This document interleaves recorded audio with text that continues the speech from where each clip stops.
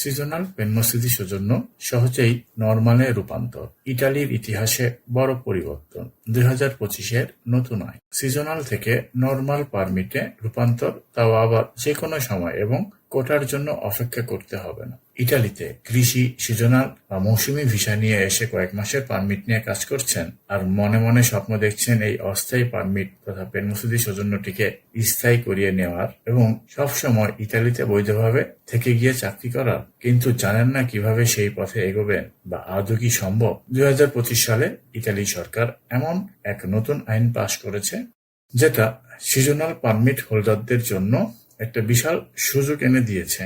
চাকরির অফার পান, তাহলে আপনি সরাসরি আপনার সিজনাল পেনমোসিদি সৌজন্যকে নরমাল স্থায়ী কাজের পেনমোসিদি সৌজন্যে রূপান্তরের আবেদন করতে পারবেন। আর সবচেয়ে বড় খবর কি জানেন, এই রূপান্তরের জন্য আর কোনো কোটা বা ফ্লুসি বা দেখকৃত ফ্লুসির প্রয়োজন নেই।